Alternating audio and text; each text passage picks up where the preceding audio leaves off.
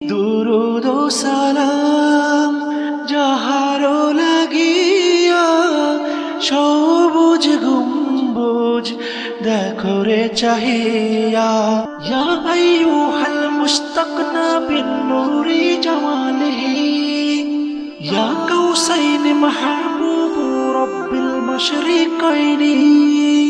ইয়া আইয়ুহাল মুস্তাকনা বিন নূরি জামালিহি, ইয়া কাউসাইন মাহবুব রব্বিল মাশরিকাইনি। আসসালামু আলাইকুম ওয়া রাহমাতুল্লাহি ওয়া বারাকাতুহু। সম্মানিত দর্শক মণ্ডলী, ইসলামিক টিভির নিয়মিত আয়োজন দারসুল হাদিস অনুষ্ঠানে আপনাদের সকলকে স্বাগত জানাচ্ছি।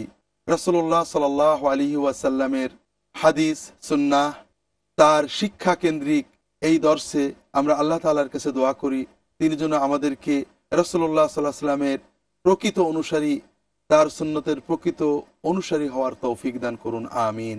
সম্মানিত দর্শক মণ্ডলী, আমরা বিগত দর্শে হাদিসে জিবরিলের ঈমানের বিষয়ে আলোচনা করছিলাম। আমরা দেখেছিলাম যে রাসূলুল্লাহ সাল্লাল্লাহু আলাইহি ওয়াসাল্লামকে জিবরিল আলাইহিস সালাম প্রশ্ন করলেন মানুষের বেশে এসে, ইয়া রাসূলুল্লাহ, ইয়া মুহাম্মদ, মাল ঈমান, আখবিরনি আনিল ঈমান। ইয়া রাসূলুল্লাহ, ঈমান কি? আমাকে ঈমান সম্পর্কে জানান, ঈমানের পরিচয় জানান। তিনি বললেন, আল ঈমানু আন তুমিনা বিল্লাহি ওয়া মালাইকাতিহি ওয়া কুতুবিহি ওয়া রুসুলিহি ওয়াল ইয়াউমিল আখির ওয়া তুমিনা বিল কদরি খাইরিহি ওয়া শাররিহি। ঈমান হলো তুমি আল্লাহর উপর ঈমান আনবে, এই বিষয়টা আমরা আলোচনা করেছি। তুমি ফেরেশতাগণের উপরে, মালাকগণের উপরে ঈমান আনবে, এই বিষয়টা আমরা আলোচনা করেছি। তৃতীয় এবং চতুর্থ আমরা আলোচনা করছিলাম আল্লাহর পূর্ববর্তী নবী রাসূলগণ এবং তাদের কিতাবের উপর ঈমান আনা। কিতাবগণের উপরে, কিতাবগুলোর উপরে ঈমান আনার বিষয়টা আমরা পর্যালোচনা করছিলাম যে কিতাবগুলোর উপর ঈমান আনার অর্থ যে আল্লাহ তাআলা যুগে যুগে মানুষকে ভালোবেসে মানুষের ভিতর থেকে নবী রসুল বাছাই করে তাদের কাছে কিতাব দিয়েছেন যেন মানুষেরা আল্লাহর সঠিক গাইডেন্স নিয়ে, নির্দেশনা নিয়ে চলতে পারে, দুনিয়া আখিরাতের সফলতা অর্জন করতে পারে।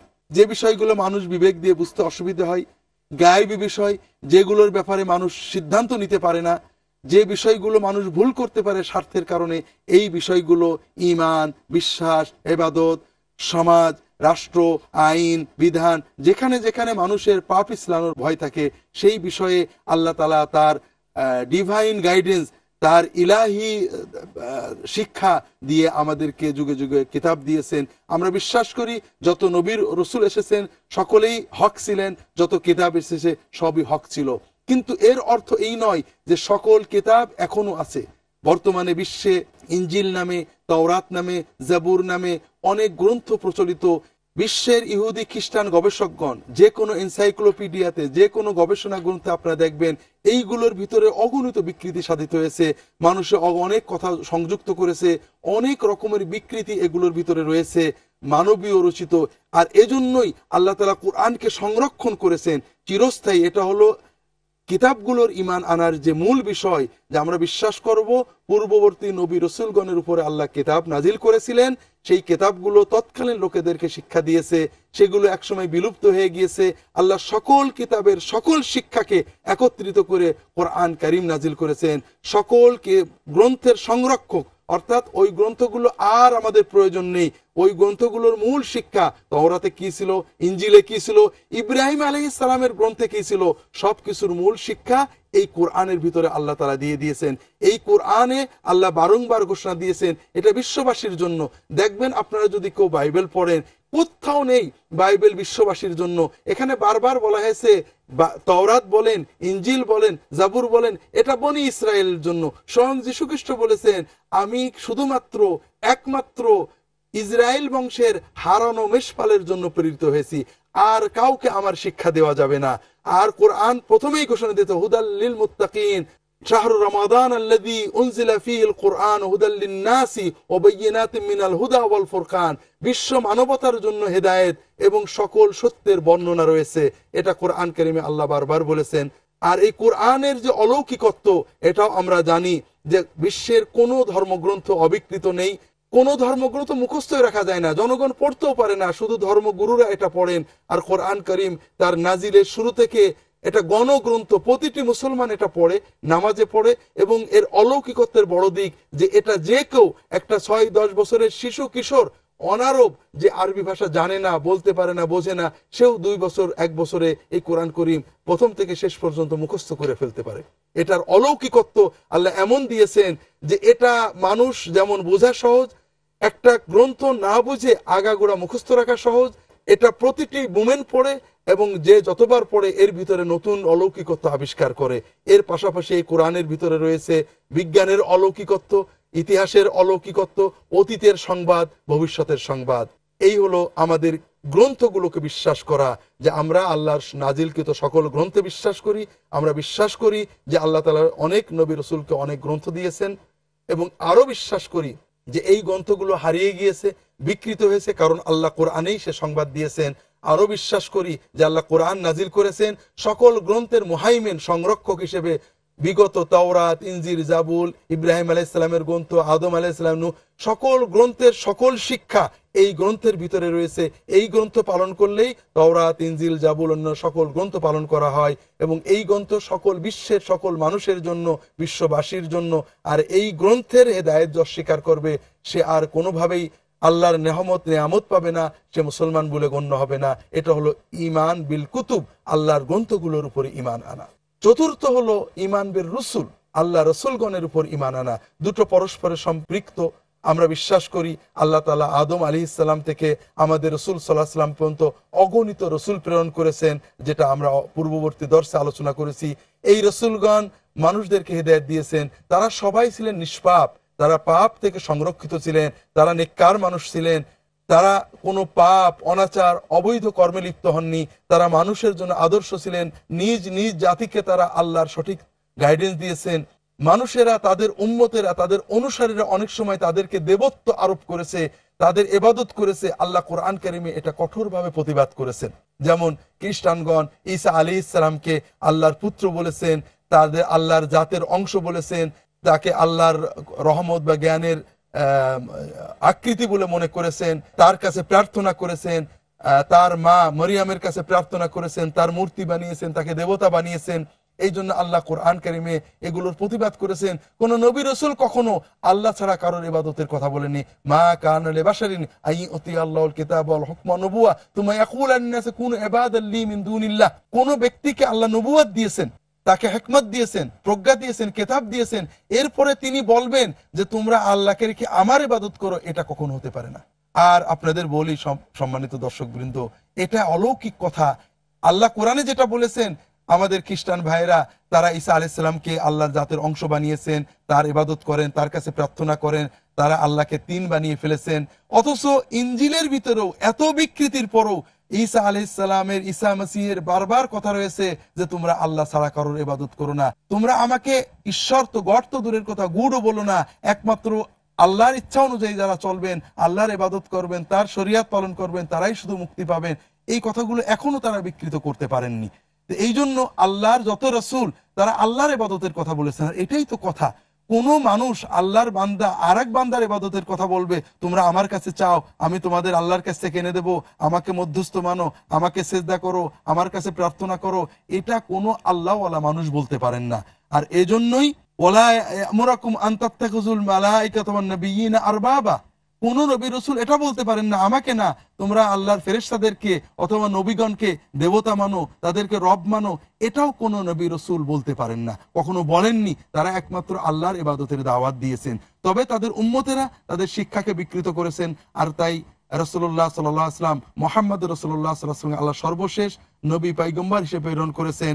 আপনারা লক্ষ্য করলে দেখবেন কোন গ্রন্থে, পূর্ববর্তী কোন, বর্তমানে যেসব গ্রন্থ বিদ্যমান, কোন নবী রাসূল দাবি করেননি আমি বিশ্ব মানবতার জন্য প্রেরিত। সবাই নিজ নিজ জাতির কথা বলেছেন। কেউ বলেছেন বনি ইসরায়েল, কেউ বলেছেন অমুক, প্রত্যেকেই নিজ জাতির কথা বলেছেন। একমাত্র মুহাম্মদ রাসূলুল্লাহ প্রথম থেকে ইয়া আইয়ুহান ইন্নী রাসূলুল্লাহ ইলাইকুম জামিআন, হে মানব জাতি, আমি সকল মানবতার জন্য প্রেরিত রাসূল। আর মুহাম্মদ রাসূলুল্লাহ সাল্লাল্লাহু আলাইহি ওয়াসাল্লামের উপর ঈমান আনার অর্থ তার উপর বিশ্বাস করা, তার আনুগত্য করা, তার শরিয়াত মতো চলা। এটা হলো রসুলগণের উপর ঈমান আনার মূল কথা। আমরা সকল নবী রসুলের বিশুদ্ধতায় বিশ্বাস করি, তাদের সততায় বিশ্বাস করি, তারা আল্লাহর পক্ষ থেকে সঠিক হক দাওয়াত দিয়েছেন বিশ্বাস করি, তাদের ইন্তেকালের পরে, তাদের অফাতের পরে, তিরোধানের পরে তাদের উম্মতেরা তাদের দিনকে বিকৃত করেছেন, শিরিক ঢুকিয়ে দিয়েছেন, সর্বশেষ মুহাম্মদ রাসূলুল্লাহ সাল্লাল্লাহু আলাইহি ওয়াসাল্লাম আল্লাহ প্রেরণ করেছেন। এটাই হলো রসুলগণের উপরে বিশ্বাসের মূল কথা। সম্মানিত দর্শক মণ্ডলী, আমরা ছোট্ট একটু বিরতিতে যাচ্ছি, একটু পরেই ফিরে আসছি। সম্মানিত দর্শক মণ্ডলী, ফিরে এলাম বিরতির পর। আমরা আলোচনা করছিলাম ঈমানের রোকনগুলো নিয়ে, আরকানুল ঈমান নিয়ে। আল্লাহ রসুল সাল্লাল্লাহু আলাইহি ওয়াসাল্লাম জিবরাইল আলাইহিস সালামকে ঈমানের যে বর্ণনা দিলেন, তাতে ঈমানের পঞ্চম রোকন হলো ওয়াল ইয়াউমিল আখির। তুমি বিশ্বাস করবে আল্লাহতে, ফেরেশতাগণে, কিতাবগুলোতে, তার নবীগণে এবং কিয়ামতে, আখিরাতে। আর এই আখিরাতের ঈমান হলো সব ঈমানের ভিত্তি। আরবের কাফেররা ঈমানের সবগুলো রোকনই কম বেশি বিশ্বাস করত। আল্লাহর উপর বিশ্বাস করত, বিকৃত বিশ্বাস; ফেরেশতাগণে বিশ্বাস করত, বিকৃত বিশ্বাস; রাসূলগণে বিশ্বাস করত, বিকৃত বিশ্বাস; শিরিক বিজড়িত বিশ্বাস; কিতাব বিশ্বাস করত না। তারা আখিরাতের উপর তাদের বিশ্বাস ছিল না। কারোর অস্পষ্ট বিশ্বাস ছিল মৃত্যুর পরে কিছু একটা হবে, কেউ বলতো না আবার আমরা। তারা আল্লাহ সৃষ্টিকর্তা বিশ্বাস করত, সৃষ্টি করেছেন বিশ্বাস করত, কিন্তু মৃত্যুর পরে পুনরুত্থানে বিশ্বাস করত না। আর মৃত্যুর পরে পুনরুত্থানে যে বিশ্বাস করে না, তার জীবনটাই অর্থহীন। এই জীবনে আমরা এসেছি, এখানে সব অন্যায়ের বিচার নেই, সব নেক কর্মের প্রতিফলন নেই। মানুষ যখন আখিরাতে বিশ্বাস করে, তখন সে পূর্ণ মানবতা অর্জন করে, যে আমি এখানে যে কর্ম করছি, আমার সততা, আমার নিষ্ঠা, আমার এই কল্যাণ কর্ম আমাকে কল্যাণের পথে অনন্ত জীবন দেবে, আর আমার পাপ, আমার অন্যায়, দুনিয়ার যত আইনে আমি ফাঁকি দিই না কেন, আমার অনন্ত অকল্যাণ বয়ে আনবে। এই বিশ্বাস ছাড়া কোনো মানুষ মানবতার পূর্ণতায় উঠতে পারে না, সৎ হতে পারে না, কোনো মানুষ সত্যিকারের মানুষ হতে পারে না। আমরা আল্লাহকে প্রেম করি, আল্লাহর কাছে আবার যাব, আমি সেই আমার প্রিয় মাবুদের কাছে যাব, তার প্রেমের ভিতরে অনন্তকাল বাস করব, এই বিশ্বাস ছাড়া কোনো মানুষের হৃদয় উজ্জীবিত হতে পারে না। আর এজন্যই আখিরাতে বিশ্বাস করা হলো ঈমানের মূল বিষয়। আল্লাহ কোরআন কারীমে অনেক জায়গায় ইউমিনুনা বিল্লাহি ওয়াল ইয়াউমিল আখির, আল্লাহর উপর ঈমান, আখিরাতের উপর, এই দুটোর উপর সর্বোচ্চ গুরুত্ব আরোপ করেছেন। আমরা যারা বাংলাদেশের মুসলমান, বাংলা ভাষাভাষী মুসলমান, আমরা মুখে বলি যে আমরা আখিরাতে বিশ্বাস করি, কিন্তু কার্যত আমাদের অবস্থা কিন্তু ওই আরবের কাফিরদের মতো অনেকটা হয়ে গেছে। আমরা বিশ্বাস করি মৃত্যু হবে, মৃত্যুর পরে আমরা আখিরাত আসে, কিন্তু আমাদের চেতনে অবচেতনে এটা অনুপস্থিত। সম্মানিত দর্শক মণ্ডলী, আমরা অনেকেই যদি বলা হয় আপনি এই যে কখন মারা যাবেন, আপনি আখিরাতের জন্য কি প্রস্তুতি নিয়েছেন, আমাদের কোনো প্রস্তুতি নেই। আমরা আজকে দুনিয়ার জন্য, আমাদের জাগতিক অর্জনের জন্য, সম্মান, শক্তি, অর্থ ইত্যাদির জন্য দিনের পর দিন কাটাচ্ছি, কিন্তু অচিরে আমরা এগুলো ছেড়ে আল্লাহর কাছে চলে যাব, এ বিষয়ে কোনো প্রস্তুতি নেই। চোখের উপর পর্দা পড়ে রয়েছে। আমাদের সন্তানদের জন্য, দেশ জাতির জন্য অনেক কষ্ট করছি আমরা, কিন্তু নিজের জন্য, আমার আল্লাহর সাথে সম্পর্ক, আখিরাতের অনন্ত জীবনের জন্য আমরা কিছুই করছি না। আমরা বিশ্বাস মুখে দাবি করছি, আমাদের কর্মে এই বিশ্বাসটা নেই। আর এই বিশ্বাসে গভীর না করলে আমরা সত্যিকারের মানুষ হতে পারবো না। আর এই জন্যই আমাদের প্রতিনিয়ত মনে করতে হবে যে আমরা মূলত এখানে অস্থায়ী। আল্লাহ রসুল সাল্লাল্লাহু আলাইহি ওয়াসাল্লাম এ ব্যাপারে নির্দেশনা দিয়েছেন। তিনি বলছেন, কুন ফিদ দুনিয়া কাআন্নাকা গরীবুন আও আবিরু সাবিল, তুমি দুনিয়াতে এমন হও যেন তুমি পথচারী অথবা প্রবাসী। পথচারী আর প্রবাসীর পার্থক্য আমরা জানি। প্রবাসী মানে একজন লোক, অন্য দেশের মানুষ, অস্থায়ীভাবে এক দেশে এসেছে, 1 বছর 2 বছর বাস করে। আর পথচারী মানে তিনি পথে চলছেন, কিছু সময় পার হয়ে চলে যাবেন। এই দুনিয়াতে আমরা আসলে তো প্রবাসী। আমরা যিনি বিদেশে থাকেন তিনি চিন্তা করেন আমার দেশে যাব কবে, কিন্তু আমার এই দেশে আমরা কতদিন থাকবো? অল্প বা কিছু বেশি সময়ের পরে আমরা আমাদের মূল আবাসে চলে যাব। আর এই চিন্তাটা আমাদের যত থাকবে, তত আমরা সত্যিকারের জীবনকে উপলব্ধি করতে পারবো। নইলে আমরা এই দুনিয়া নিয়ে চিন্তা করতে করতে এক সময় দেখা যাবে আমাদের সব ফুরিয়ে গিয়েছে। সম্মানিত দর্শক মণ্ডলী, আর এই দুনিয়ার পরিসমাপ্তি চিন্তা করার জন্যই আল্লাহ রসুল সাল্লাল্লাহু আলাইহি ওয়াসাল্লাম আমাদের বলেছেন, আকসিরু মিন যিকরিল হাদিমিল লাযাতাল মাউত, তোমাদের সামনে যে মৃত্যু আসবে, এই কথাটা, মৃত্যুর কথাটা বারবার চিন্তা করো, তাহলেই তোমরা সত্যিকারের জীবনকে উপলব্ধি করতে পারবে। এটা হলো ঈমানের পঞ্চম রুকন। ষষ্ঠ রুকন হলো ওয়া আন তুমিনা বিল্লাহি বিল কদরি খাইরিহি ওয়া শাররিহি, তুমি তাকদীরের উপরে বিশ্বাস করবে। তাকদীরের মঙ্গল এবং অমঙ্গল, কল্যাণ এবং অকল্যাণ উভয়টাকে বিশ্বাস করো। তাকদীরের উপর বিশ্বাস কাফেরদের ভিতরেও ছিল, বিকৃত বিশ্বাস। তারা তাকদীরের উপর বিশ্বাসটাকে তাদের পাপের পক্ষে যুক্তি দিত, যে আল্লাহ চাইলে, আল্লাহ লিখেছেন বলেই তো এটা করছি। আসলে তাকদীরের উপর বিশ্বাস আর ভাগ্যের উপর বিশ্বাস একরকম নয়। অন ইসলামিক অনেক পরিবেশে ভাগ্যে বিশ্বাস, আল্লাহ যা করেন সেটা, যা তকদিরে আছে সেটা, এটার বিভিন্ন পর্যায়ে রয়েছে। তাকদীরে বিশ্বাসের বিষয়টা হলো যে আমরা বিশ্বাস করি যে আল্লাহ তাআলার ইলম অনাদি অনন্ত, তিনি অনাদি কাল থেকে অনন্ত কাল থেকে সব জানেন। কাজে আল্লাহর জ্ঞানে আছে কবে কখন কোন সৃষ্টি হবে, সৃষ্টি কিভাবে চলবে, কিভাবে ধ্বংস হবে, আল্লাহর জ্ঞানে সবই রয়েছে। দ্বিতীয় বিশ্বাস হলো আল্লাহর এই অনাদি অনন্ত জ্ঞান আল্লাহ তাআলা লিখে রেখেছেন। কি লিখেছেন, কিভাবে লিখেছেন আমরা জানি না, তবে তিনি লিখেছেন। তৃতীয় হলো আল্লাহর ইচ্ছা এবং মর্জির বাইরে বিশ্বে কিছু সংগঠিত হয় না। চতুর্থ হলো আল্লাহ প্রতিটি মানুষকে, আল্লাহর অন্যান্য সৃষ্টিদেরকে আল্লাহ স্বাধীন ইচ্ছা শক্তি দেননি। মানুষ এবং জিন এই দুটো সৃষ্টিকে আল্লাহ তাআলা স্বাধীন ইচ্ছা শক্তি, বিবেক, জ্ঞান দিয়ে তৈরি করেছেন। প্রতিটি মানুষ তার স্বাধীন ইচ্ছা শক্তি, বিবেক, জ্ঞান দিয়ে যেটা করবে সেই কর্মফল সে ভোগ করবে। এই বিশ্বাসগুলোর সমন্বিত নাম হলো তাকদীরের বিশ্বাস। কাজে আমরা বিশ্বাস করি আল্লাহ তাআলা আমাদের স্বাধীন ইচ্ছা শক্তি দিয়েছেন। কোরআন কারিমে এগুলোর বিস্তারিত বর্ণনা রয়েছে। আল্লাহ স্বাধীন ইচ্ছা শক্তি দিয়ে আমি যে কর্ম করব ওই ফলটা আমি পাবো। তবে আল্লাহ তাআলা অনাদি অনন্ত কাল থেকে জানেন যে আমাকে, আমার এই মাখলুকটা সৃষ্টির পরে তার স্বাধীন ইচ্ছা শক্তি ব্যবহার করে কি কর্ম করবে আল্লাহ জানেন। আল্লাহর এই জ্ঞানটা আল্লাহর জাতের সত্তার অংশ, কিন্তু আমি আমার স্বাধীন ইচ্ছা দিয়ে কাজ করি আর কাজের ফল পাই। কাজেই কোনো মানুষ বসে থাকবে না, তাকদীরের অজুহাত দিয়ে কর্মত্যাগ করবে না। তাকদীরের বিশ্বাসটাকে পরিপূর্ণভাবে বুঝতে হলে আমাদেরকে মুহাম্মদ রাসূলুল্লাহ সাল্লাল্লাহু আলাইহি ওয়াসাল্লামের কাছে যেতে হবে, তার এবং তার সাহাবীদের থেকে শিখতে হবে। একটা ঘটনা আমরা সামনে নিয়ে আসি। আল্লাহ রাসূল সাল্লাল্লাহু আলাইহি ওয়াসাল্লাম, তাকে আল্লাহ তাআলা ওয়াদা করেছেন, ইন্নাল্লাযী ফারাদা আলাইকাল কিতাব রাদ্দুহু ইলা মাআদ। আল্লাহ তাকে ওয়াদা করেছেন তিনি অবশ্যই তোমাকে তোমার যে ডেস্টিনেশন, গতি, বিজয় পর্যন্ত নিয়ে যাবেন। বিজয়ের ওয়াদা আল্লাহ তাআলা রাসূলুল্লাহ সাল্লাল্লাহু আলাইহি ওয়াসাল্লাম করেছেন। তারপরও আল্লাহ তখন তাকে হিজরতের নির্দেশ দিলেন। তিনি বলতে পারতেন আল্লাহ আমাকে বিজয় দেবেন, আমি বসে থাকি, বিজয় তো এসেই যাবে। অথবা বলতে পারবেন বিজয় যেহেতু আল্লাহ আমাকে দেবেন, আমি এখন মদিনার দিকে রওনা দিয়ে দিলাম, কাফেররা যা করে করুক, আল্লাহ তোমার বিজয় ওয়াদা করেছেন, আল্লাহ আমার তকদিরে যা রেখেছেন হবে। কিন্তু তিনি কিছুই করেননি। তিনি একজন মানুষের জন্য যা কিছু করণীয় প্রতিটি দায়িত্ব করেছেন। তিনি তার সফরের প্রস্তুতি নিয়েছেন, হযরত আবু বকর রাদিয়াল্লাহু তাআলা আনহুর সাথে মিলে প্রস্তুতি নিয়েছেন, বাহন আরোহণ যানবাহন তৈরি করেছেন। তিনি আলী রাদিয়াল্লাহু তাআলা আনহুকে বিছানায় রেখেছেন, এটা একটা কৌশল যেন মানুষ, কাফেররা বুঝতে পারে এখানে কেউ আছে। তিনি দোয়া পড়ে বেরিয়ে গিয়েছেন রাতের গভীরে আবু বকর রাদিয়াল্লাহু তাআলার সাথে মদিনা। আরবের কাফেররা সবাই জানে মুহাম্মদ রাসূলুল্লাহ সাল্লাল্লাহু আলাইহি ওয়াসাল্লাম হিজরত করলে মদিনায় যাবে, উত্তরে যাবে। তিনি উত্তরে না যেয়ে সম্পূর্ণ দক্ষিণ দিকে যেয়ে, সম্পূর্ণ ইয়ামানের পথে যেয়ে তিনি একটা পাহাড়ের উপর উঠে আত্মগোপন করেছেন। পাহাড়িতে উঠেছেন, সেই পায়ের দাগগুলো মুছে ফেলা হয়েছে। সেখানে 3 দিন তিনি থেকেছেন। এইভাবে একজন মানুষের যতগুলো কৌশল, যতগুলো কর্ম করা দরকার প্রতিটি কর্ম তিনি করেছেন। কারণ এটা আল্লাহর নির্দেশ যে তোমার সাধ্যে যা করে তুমি তোমার কাজ করে যাও, যেটা আল্লাহ নির্দেশ দিয়েছেন। তকদিরের কথা নয়, তকদিরের অজুহাত নয়, তকদিরের উপর নির্ভরতা নয়, তোমার কাজ করতে হবে। এটা হলো বান্দার কাজ, কিন্তু অন্তরে ফলাফলের নির্ভরতা আল্লাহর কাছে। এটা কি করে বুঝলাম? হযরত রাসূলুল্লাহ সাল্লাল্লাহু আলাইহি ওয়াসাল্লাম হিজরতের সকল পরিকল্পনা গ্রহণ করে তিনি উত্তরে না যায়, দক্ষিণে যেয়ে পাহাড়ের গুহার ভিতরে বসে আছেন, সাওরগিরি গুহায়।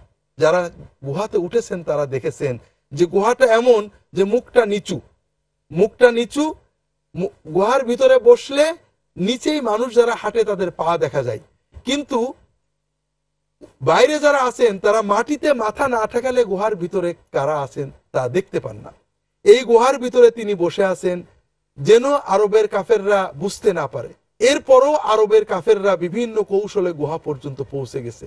পৌঁছার পরে কি হলো আমরা ইনশাআল্লাহ তাকদীরের বিশ্বাসের যে জ্বলন্ত আদর্শ, তাকদীরের বিশ্বাস আমাদের কি কল্যাণ বয়ে আনে, এটা রাসূলুল্লাহ সাল্লাল্লাহু আলাইহি ওয়াসাল্লাম সাহাবীদের জীবন থেকে বোঝার চেষ্টা করব।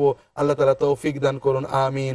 আগামী দর্শের আহ্বান দিয়ে দাওয়াত দিয়ে আপনাদের থেকে বিদায় নিচ্ছি। ওমা তৌফিক ইল্লা বিল্লাহ। আল্লাহুম্মা সাল্লি আলা মুহাম্মাদিন নবিয়্যিল উম্মি ওয়া আলা আলিহি ওয়া আসহাবি আজমাইন। আসসালামু আলাইকুম ওয়া রাহমাতুল্লাহি ওয়া বারাকাতুহু। وصل على اسم محمد في الأسماء وصل على نفس محمد في النفوس وصل على اسم محمد في الأسماء وصل على نفس محمد في النفوس